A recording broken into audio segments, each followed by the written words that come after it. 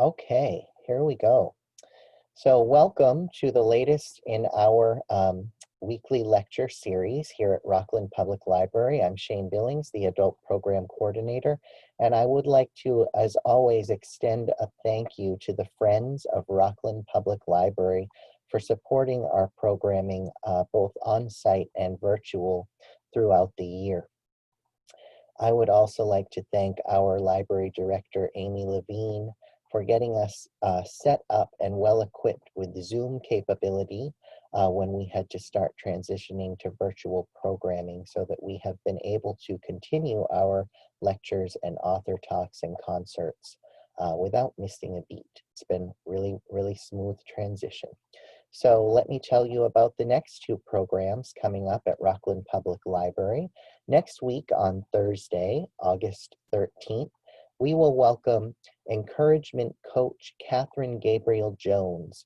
Gabriel Jones has over 30 years of education experience, and she's going to be talking to us about what does it mean to be okay. This is a talk specially designed by Catherine Gabriel Jones for these challenging times. That will be next week on Zoom at 6:30, Thursday, August 13th. And in 2 weeks, we will have a very special presentation with the Portland, Maine synth pop band Forget. They have pre-recorded an exclusive concert for Rockland Public Library, which we will have featured on our Facebook and YouTube pages. But on Thursday, August 20th, they're going to join me on Zoom for a conversation about their musical career and creative process, and they're going to play some excerpts from that concert. So if you are interested in Catherine Gabriel Jones' What Does It Mean to Be Okay, or an evening of music and conversation with Forget, please send me an email at sbillings@rocklandmaine.gov, and I will be sure to get you the link to attend on Zoom. This evening, we have a special presentation by Marine Mammals of Maine. Specifically, we are welcoming Sarah Lucchese to Rockland Public Library, and she is a librarian at the University of Southern Maine, and she volunteers with Marine Mammals of Maine in her spare time. Tonight, she's going to take us on a seal's journey from stranding to release, and she's going to discuss some of the obstacles that seals face along the course of that journey. And she's also going to give you a little bit of information on who and what Marine Mammals of Maine are and tell you a little bit about their mission. Before Sarah began her library career, she pursued a master's in oceanography. So she is very excited to combine her love of libraries and her love of the ocean to help Maine's marine life. There will be a Q&A period at the end of the talk, but Sarah encourages people to type their questions into the chat box as soon as you think of them. Number one, so you don't forget, and number two, she will check in periodically and answer questions along the way. So enough out of me. I'm handing this Zoom over to Sarah Lucchese, and thank you so much. Thank you so much, Shane. And I just want to reiterate what Shane said and really encourage folks to ask questions as we go along. I'm more than happy to be interrupted if there's something that I said that you need some clarification on, or something that you want to hear more about, or anything like that. So please do ask those questions in the chat box as soon as you have them, and Shane will shout those out to me. So I am going to go ahead and get started by sharing my screen and starting the slide share with everyone. And I'll start off by telling you guys a little bit about Marine Mammals of Maine and the work that we do, and then start talking about the marine mammals themselves.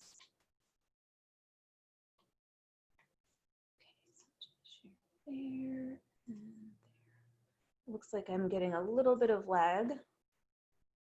There we go. There we go.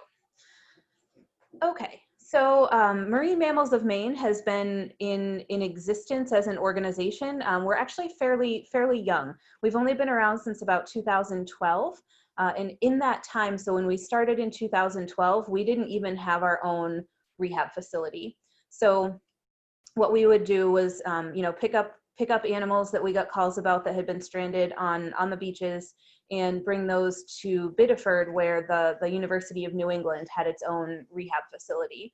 So for a couple of years, we were doing just that. We were just doing response and transportation of stranded marine animals to Biddeford at the University of New England. A couple of years after that, the University of New England Rehab Center closed fairly abruptly, without a lot of warning. So we spent a little while having to transport injured animals or sick animals or abandoned animals down to Massachusetts and Connecticut. So that was not an ideal situation because when we pick up an animal from the beach, they're often either injured or dehydrated or sick. And a long car ride is not something that is very good for them. So a lot of those animals that we were picking up and transporting that long distance weren't surviving that journey. So we first got a facility and a rehab license just to be able to provide 72-hour care to the animals. So we could take them in, give them a place to rest and get rehydrated. We would give them fluids to rehydrate, and then transport them down if they needed longer term care. And just from that, we saw the survivorship of animals that we transported. 100% of them were then surviving the journey. So that was kind of our next step.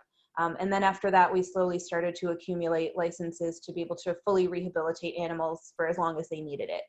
So we're now up to, you need to get approval from Department of Fish and Wildlife for every rehab spot in your facility. So first we had 2, and then we had 3, and then we had 4, and we're up to 8 now. So we can provide long-term care as long as the animals need it for up to 8 seals. So we have kind of 4 main areas where we concentrate our work. The first by far is response. And so when someone calls us and says they have found an animal stranded on the beach, then we will respond to that animal and evaluate, see what needs to happen. Oftentimes they're fine and they just need to be left alone. Sometimes if they're sick or injured or dehydrated, we have to take them in. So that response is kind of our number one activity that we do. We are able to provide care in our facility for, again, as long as those animals need it. So we, sometimes they just need a few weeks if they have, they have to have an infection clear up or something like that. They don't have to be with us for very long. We have had all the way up to, we had a prematurely born seal a couple of years ago that had to be with us for 7 months before she was ready to be released. So we can provide care basically as long as the animal needs it.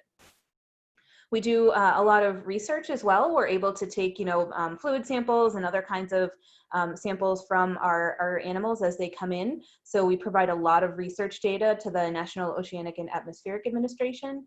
And then we do a lot of education as well, going out to school groups and libraries and talking to folks about what we do and how they can help Maine's marine animals. We will respond to over 2,500 miles of Maine coastline from Rockland, kind of where you guys are, is sort of our northern terminus of where we respond to calls to, all the way south to Kittery.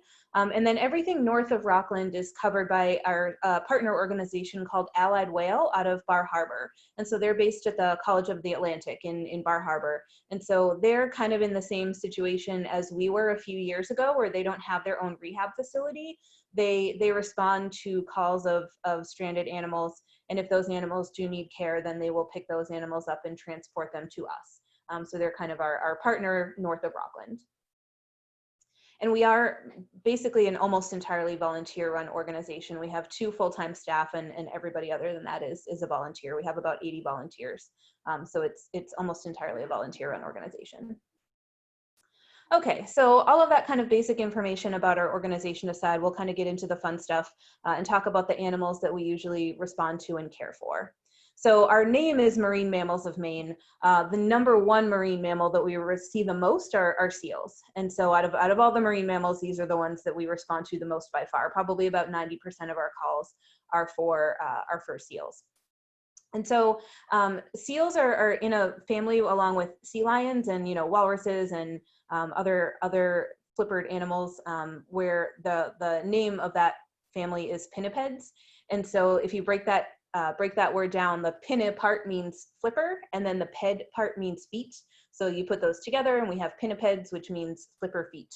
And so they are named after how their hind legs look a lot like flippers. So we see 4 different kinds of seals here in Maine. 2 of them we only see in the winter, and then 2 of them we will see all year round. And so one of the animals that we only see in the winter is the harp seal. And so these are the ones that you think of when you think of like a typical Arctic seal species, you know, the completely white babies, except for the little black nose that, you know, are on the ice trying to avoid polar bears. Those are, you know, those are sort of the classic Arctic seal species. During most of the year, it's too warm for them down this far south, but in the winter it gets cold enough where they can, some of them will come down here and have their babies around here. So in the winter time, we do respond sometimes to harp seal strandings. These animals are named, the name harp seal comes from a shape that is on their back in a darker color fur once they're adults. So again, these are the ones when they're babies, they are that pure white to blend in with the snow, but in their, as adults, they have a shape on their back that is similar to a harp, and so they were named a harp seal. So this one you can see is probably still a juvenile. He does have some dark markings starting to appear, but doesn't have that full harp shape on the back yet. So this one is a juvenile. And then another one of the animals, the other kind of seal that we see around here in the wintertime is the hooded seal. This one similarly, you know, a species that usually lives up in the Arctic, but it's cold enough for them down here in the wintertime where they can come down and have their babies around here. So the hooded seal is named for, there's a picture over on the right there. The male hooded seals have this big bulb that they will blow up as a mating display.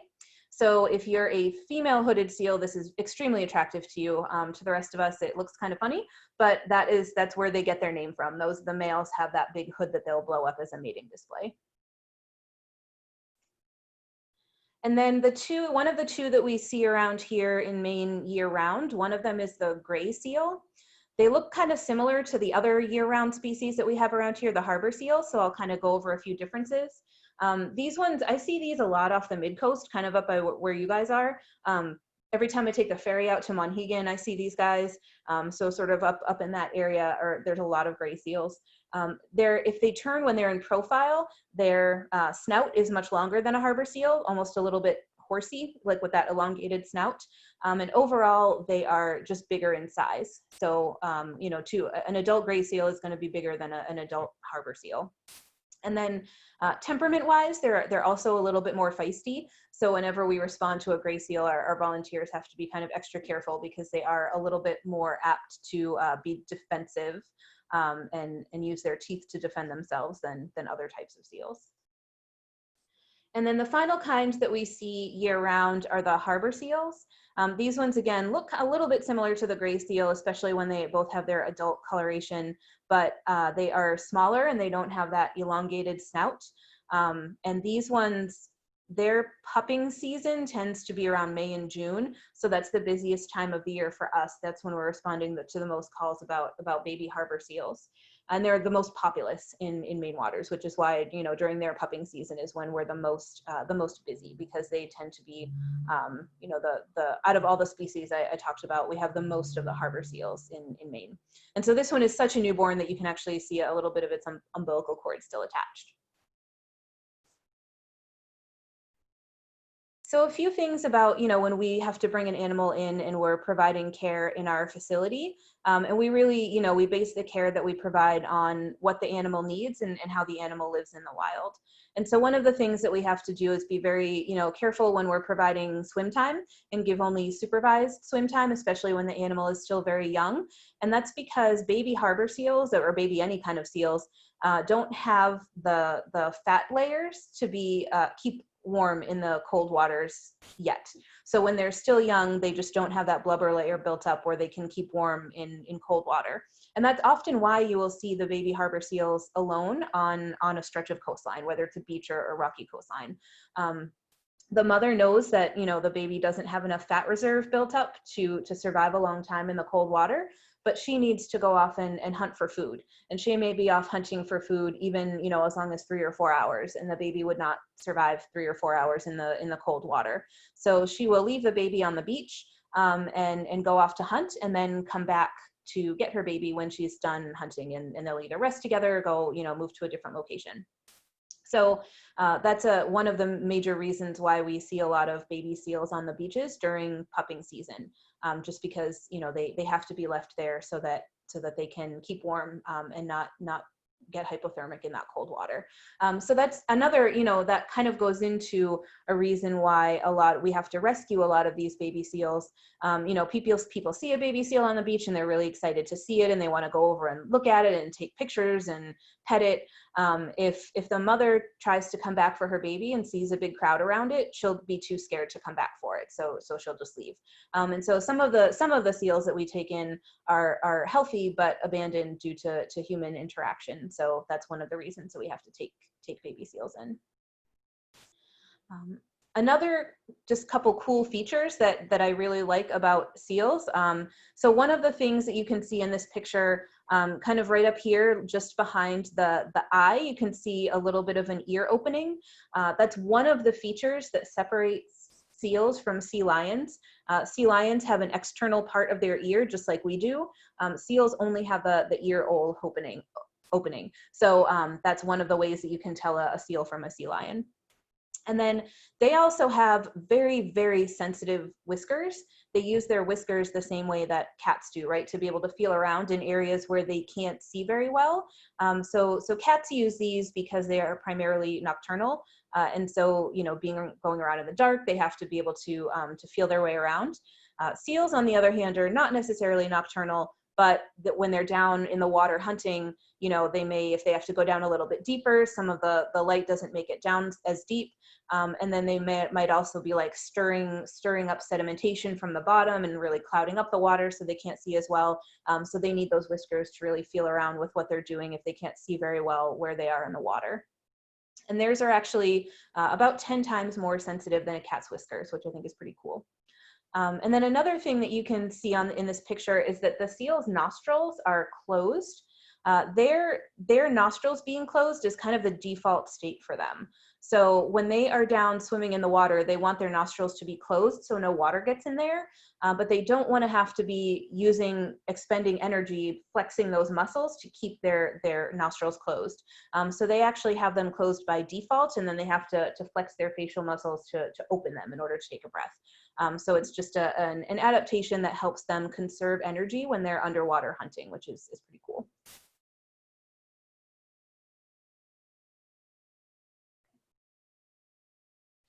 So another group that we respond to when we get calls are cetaceans, which are the whales, dolphins, and porpoises, another group of marine mammals. These, the response to cetaceans is a little bit different, only because seals can be up out of the water for as long as they need to be. It's normal for seals to come up and rest on the beach. They get warm, they rest. They can be up out of the water for any amount of time. It's not harmful for a seal to be up out of the water. Cetaceans, on the other hand, if they are still alive when we respond to them, it is good to get them back in the water as soon as we can. A lot of that has to do with just how much bigger they are and their body weight. They can be so heavy that if they're, especially something like that minke whale on the bottom, if they are laying out on the beach under the full influence of gravity without the buoyancy of the water to help keep them afloat, the whole weight of their body is kind of pressing down on all their internal organs, and is kind of can crush some of those internal organs. So for cetaceans, it's not great for them to be up out of the water, unlike seals. And so often when we respond to have a cetacean response, if they are still alive, again, we're trying to get them back in the water as soon as we can. Obviously that's difficult because they are quite heavy. We often have to bring in special equipment. So these are definitely a little bit more of a challenge. We don't see that many cetaceans, in terms of our response numbers. This year was a little bit of a interesting year because earlier in the season, we had two very close together responses to some beaked whales that had stranded. And these are typically way offshore, way more deeper water. They dive down deeper, so they have to live farther offshore. And so it was just really interesting that we had two of those strand in Maine around the same time. Okay, So I want to go through a little bit, of a do's and don'ts for good ideas for what you should do if you find a stranded animal. These are going to be focused on seals since that's the most of what we respond to. So usually if I'm doing this in person, I have people like say yes or no. I can't really see anybody. So I'm just going to kind of go through these, and you can, as I go through them, you can kind of think of, whether you think it would be a do or a don't. And I'll just kind of go through them fairly quickly, but with some explanation along the way. So, in terms of keeping the area quiet and minimizing contact, that's definitely something we want to try to do as much as possible. The seals, like a lot of wild animals, are very, very susceptible to stress, and being approached by humans is something that's very stressful for them. So they don't know what we are. They don't know if we want to hurt them or eat them. And so, when they have humans coming up to them when they're on the beach, it's very stressful, especially if they're already sick or injured or dehydrated, and maybe not as able to get away. So we really like to try to minimize contact with those animals as much as possible until somebody from Marine Mammals of Maine can get there. In terms of returning it to the water, again, while this might be a good thing to try to do if when we have a cetacean response, we want to try to get it into the water as soon as possible. When we respond to a seal, that's not something that's our primary aim. When we have a seal that's up on the beach, it's because it wants to be there. It's normal for them to come up and be out of the water for some time to rest and get warm.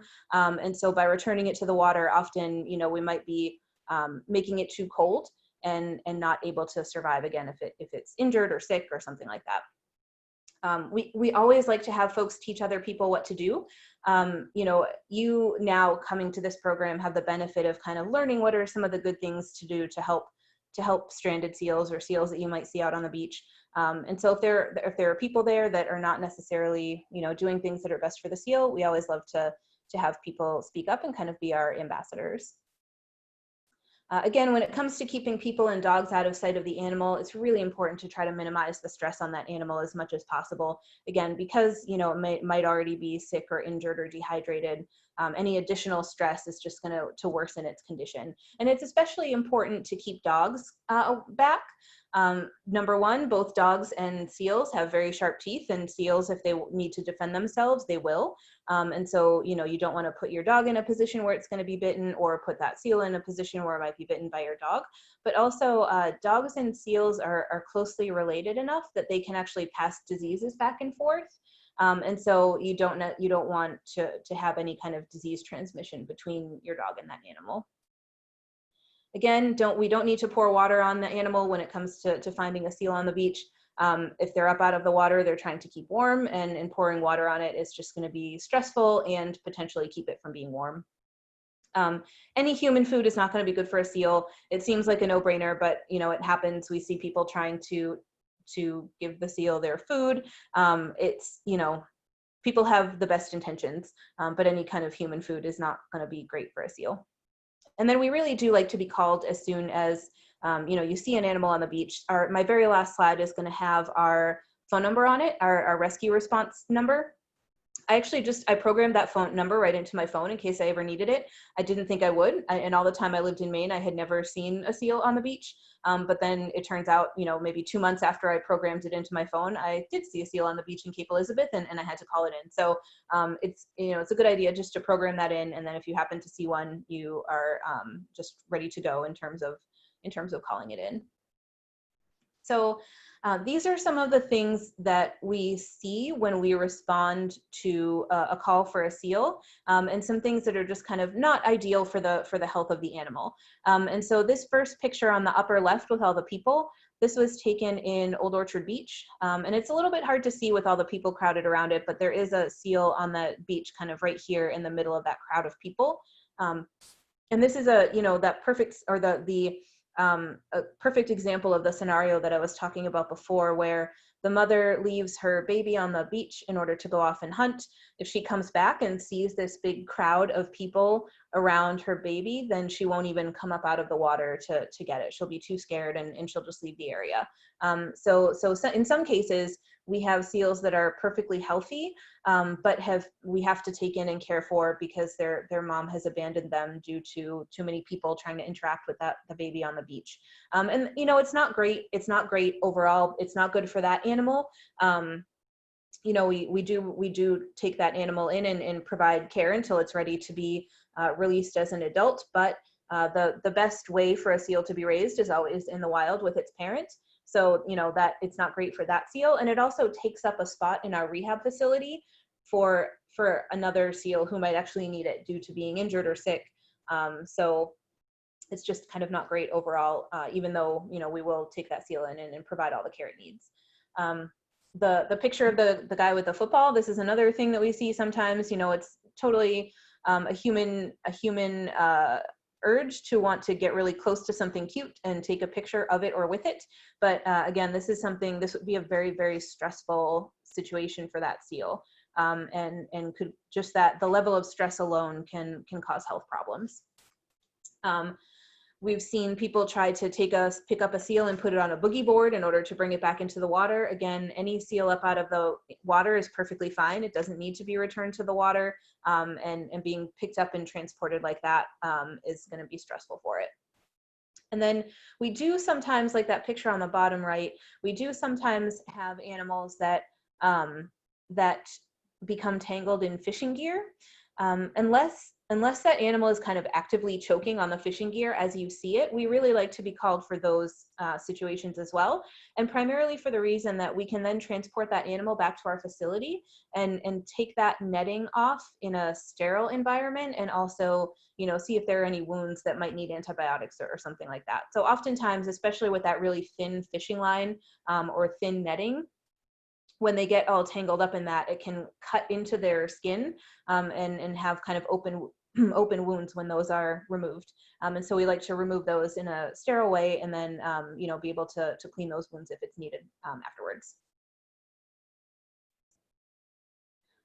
So oftentimes this is all we need to do. This is kind of the best case scenario if we get called for a seal and it's really just a baby seal that is resting on the beach and waiting for its mom to return. So our volunteers, our response volunteers, are all very, very well trained in assessing the health and condition of seals. So they, you know, it's not always immediately obvious to those of us who are not specially trained if a seal is sick or not, or if it's you know, dehydrated or not. But our response volunteers are really well trained to recognize when a seal actually needs help and when it's totally okay and just needs to be left alone so its mom will come back for it. So you know, when we make the assessment, if it's perfectly healthy and just kind of waiting for its mom to come back from fishing, we will put one of these signs up that tells other people in the area that, you know, we're monitoring this animal. It doesn't need any help. You don't need to do anything. Just please leave it alone. And then we'll sometimes retreat to a safe distance, and a safe distance being 150 feet back. That's the Marine Mammal Protection Act of 1972 makes it illegal to approach a marine mammal on the beach any closer than 150 feet. And so that can also help too. I mean, it's breaking that is a $10,000 fine. And so if folks are really not kind of getting the message that it's ideal for the seal to leave it alone, they might care about a $10,000 fine. So we'll kind of retreat away and keep an eye on that seal for a little while and make sure its mom comes back for it. Sometimes we'll even come back the next day to check on it. So this is kind of the best case if it doesn't need to be brought in, and we can just kind of put up a sign saying, hey, please leave this little guy alone.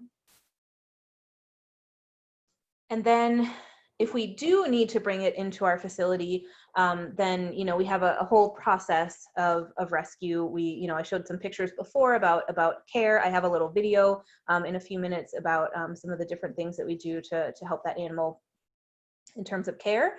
But a couple things that you can notice, the first two rows of the pictures here are all about, you know, picking the animal up and transporting it to our facility. So this is a baby who was malnourished and a little bit dehydrated and had to be brought into our facility to be cared for until he was old enough to be released. So one of the things you might notice, we always wrap a towel around when we're doing anything with the animal. Even in our facility, if we have to transport the animal from its pool to the table to, you know, have get a little checkup or something like that, we do a towel. Their claws are really sharp. And so it's really, you know, for the volunteers' protection as well as the seals to wrap them all up in a towel to be transported. So when we have to pick them up, you know, they obviously, like we said, any kind of human interaction with that animal is going to be stressful for it. So they really try to minimize the amount of human interaction it gets. They just kind of wrap them up quick, put them in the carrier, and you can see we just use kind of a regular carrier like you might use to bring your dog to the vet, and get them loaded into the car and transported to the facility, you know, with as minimal interaction as we can. And then the bottom row of pictures is that same seal when it was ready to be released. So you can see there's another one in the background that we released at the same time. We often do our releases at around Popham Beach, and just out of, you know, it's just a good place that's fairly close to our facility, that tends to just be a good seal habitat. So we do a lot of our releases up there, but it really depends on the conditions on the day that we want to do the release. Sometimes when we can, it's not often that we're able to do this, but sometimes we will be able to outfit the seal with a satellite tracker. They're fairly expensive, so we can usually only do this if we get one donated or something like that.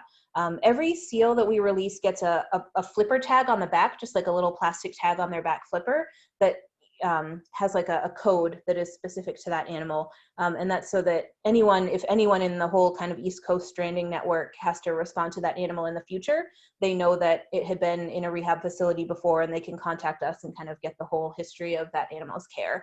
So they all get flipper tags on their back flipper, but sometimes if we have one and we're able to, we'll put a satellite tracker on them. So this is one from a couple years ago that got a satellite tracker. So it was a little bit of a special case. We almost always release them up around here, you know, a little bit north of Portland. But at that particular time when we were ready to release this animal, we did it off the coast of Rhode Island because there were a lot of good fish shoals down there at the time. And at the time there wasn't a lot of good fishing up by Maine. So we did transport that animal down there to be able to release them there. So you can kind of see right here, this on October 15th, 2018, that was the day that she was released. And so you can see that she made her way pretty much right away into New York City, spent maybe a day or two there, decided she was over it, went back out of New York and kind of out of Long Island Sound. She went down here, right here off the continental shelf is really productive water. And so there's probably some really good fishing out there. So she went down there off the continental shelf for a little while, turned around, made her way up north to Canada. So she had a very long time in between here where she wasn't resting on land at all. So each of these yellow pins is a day. So she had a long journey where she wasn't resting out on land at all. She got all the way up to Canada, rested for a couple days, and then started to make her way back down here. And then, you know, the satellite trackers aren't meant to last forever. They're attached with a very mild animal safe adhesive. So over time that just kind of wears off and the satellite tracker falls off.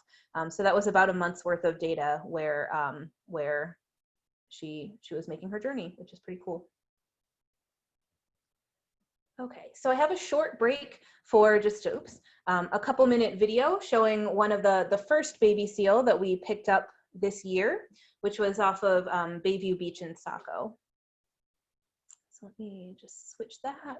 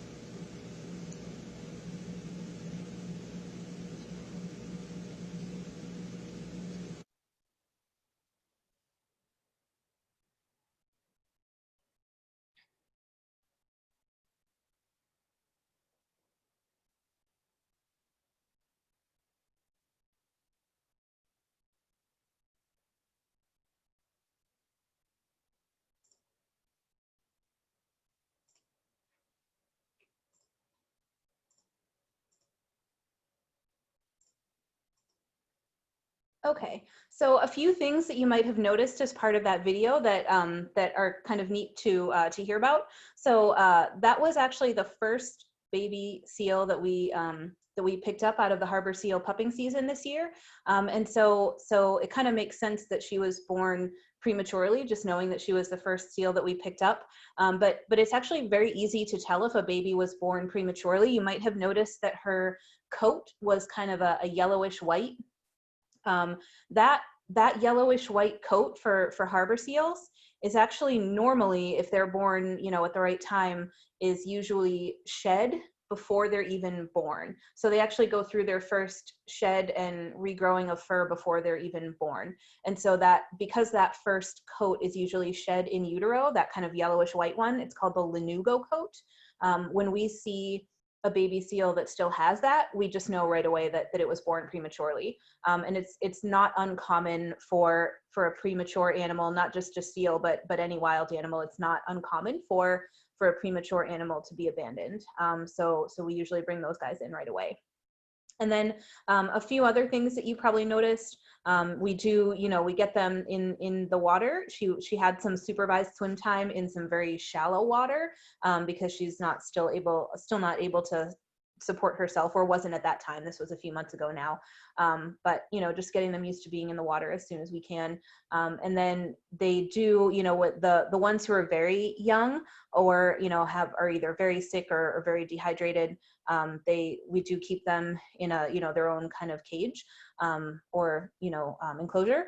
But when they kind of graduate to a larger enclosure with free access to a pool once they hit kind of certain health and weight markers. And so there'll be a few pictures a little bit later on of a couple seals that are currently in our facility that are in that, they have their kind of free access to their pool enclosure. So I have some pictures of a couple of the current patients that we have that have been picked up recently.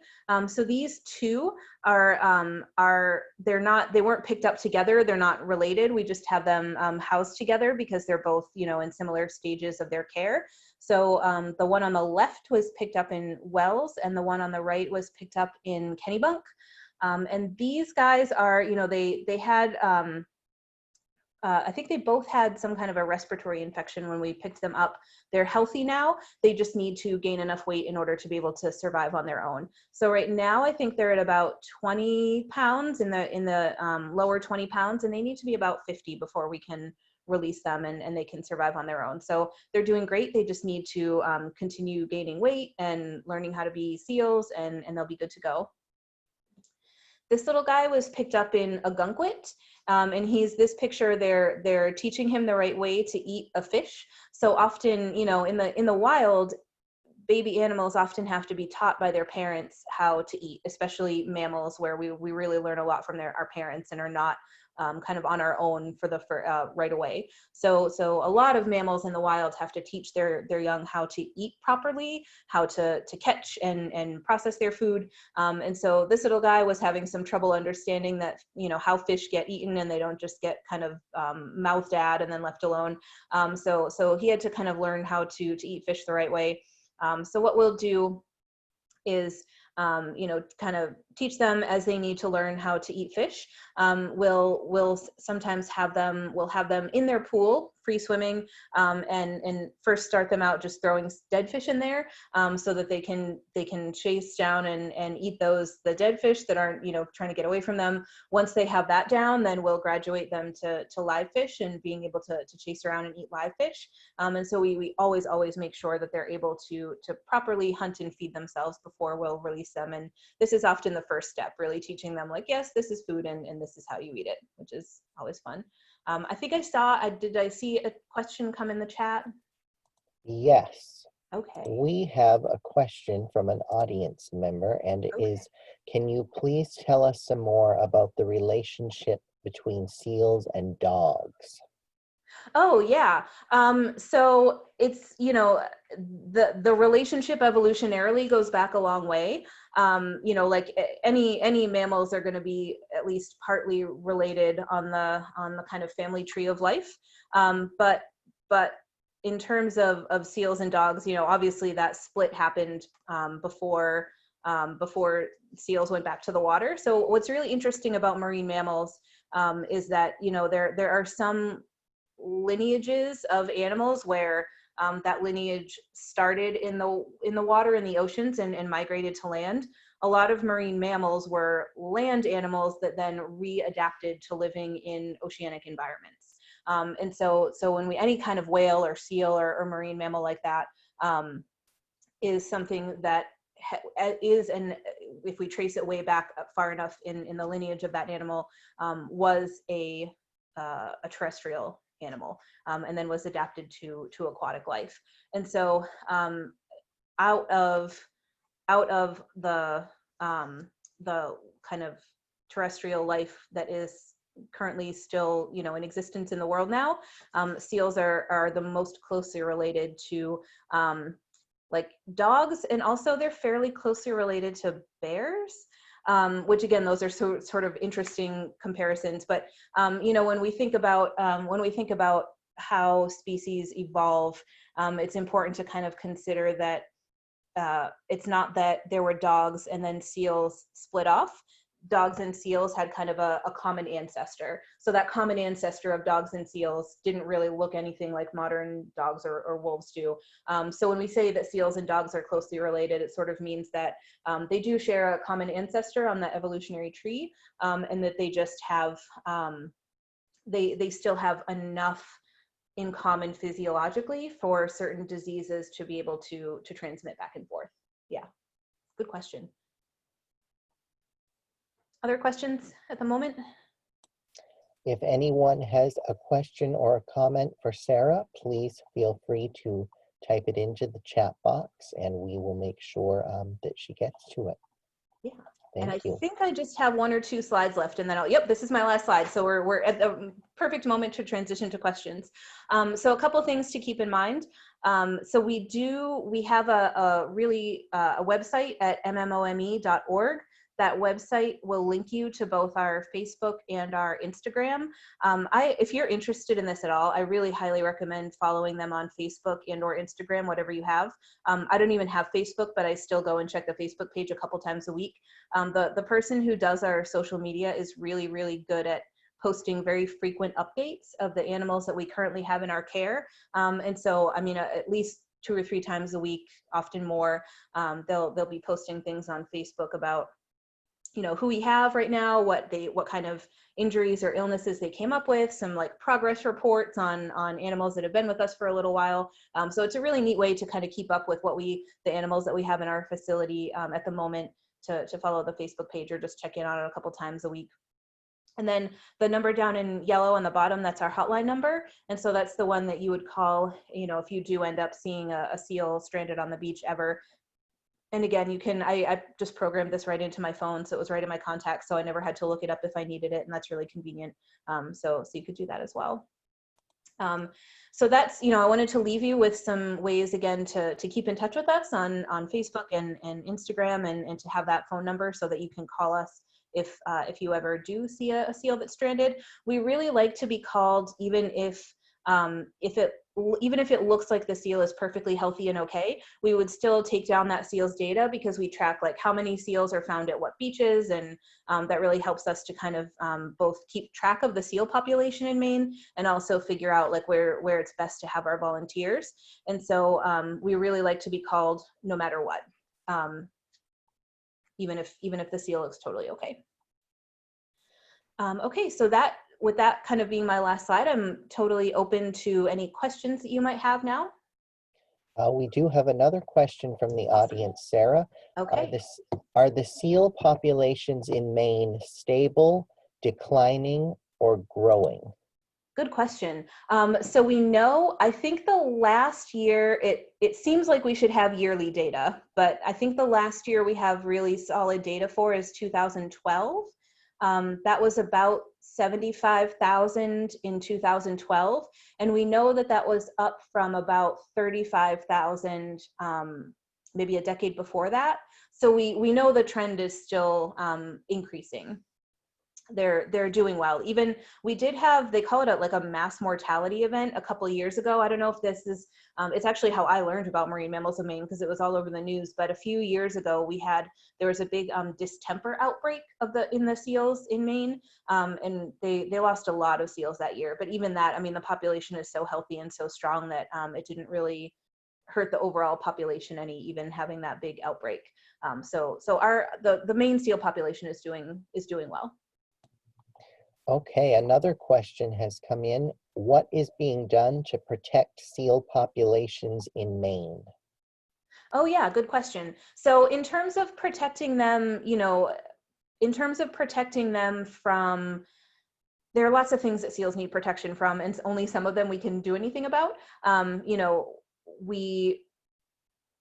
Federally, there's the Marine Mammal Protection Act that makes it illegal to kill marine mammals or even, like I was saying before, approach them within 150 feet. So that's kind of a federal law that is aimed to protect marine mammals from human interaction. And honestly, a lot of what we do are these kind of educational presentations and going out and talking to libraries and public groups and things like that. Because often, what I was talking about before a little bit is that people just don't know what the right things are to do when they see a seal stranded. So all of the things that we kind of instinctively want to do to help out are often the things that aren't necessarily going to be the most helpful for that animal.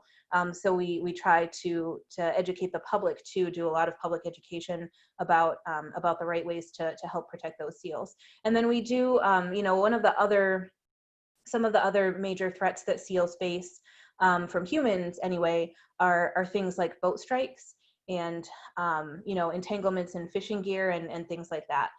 So we try to educate people about those things as well. We're not really involved as an organization in things like policy and legislation. It's just not really within our purview, but we do a lot when it comes to public education. And then, even things like public education about marine plastics. Any marine plastics are harmful to pretty much any animal that lives in the ocean. So we do a lot of education, but I would say we're not really, we don't do a lot on the legislative side. Do we have any final questions for Sarah Lucchese from Marine Mammals of Maine? Great questions tonight. Do we have any other questions? If so, just type into the chat box here. And again, Sarah, if people have questions that they think of in the coming days, they could check out the website or send an email. Is that correct? Yeah, that would be great. Yep, the website has contact information as well. Excellent. A reminder that Sarah's presentation will be available to view on Rockland Public Library's Facebook page and YouTube channel sometime early next week. So if you had to miss any of it, or if you know somebody who would like the presentation, please direct them that way. I think we have gotten to all the questions, Sarah. All right, great. Thank you guys so much. This was fantastic. Thank you coming in to you, Sarah. Thank you. This was great. Yeah, So, thank you guys for having me. We appreciate the presentation. Again, in closing out here, I am Shane from Rockland Public Library, and I would like to extend our thanks to Sarah Lucchese and Marine Mammals of Maine for joining us this evening. Additional thank yous from the audience coming in to you, Sarah. Yeah, that's great. Thank you guys so much. We do have a lecture or a concert almost every week. So if you are interested, next week, Catherine Gabriel Jones, an encouragement coach, will be talking to us about the question, what does it mean to be okay? That talk is specially designed by Catherine for these challenging times. And if you're interested in attending, send me an email at sbillings@rocklandmaine.gov. So we're going to close out this evening, and I thank you all for coming. Thank you, Sarah, and take good care, everyone. Yep. Good evening. All right, thanks. Thank you guys so much for coming, and thank you so much, Shane, for hosting us. This was really great. Thank you, Sue. Take good care. Thanks, Sarah. Good All night, right. everyone. Thank you, everybody. Bye. Bye.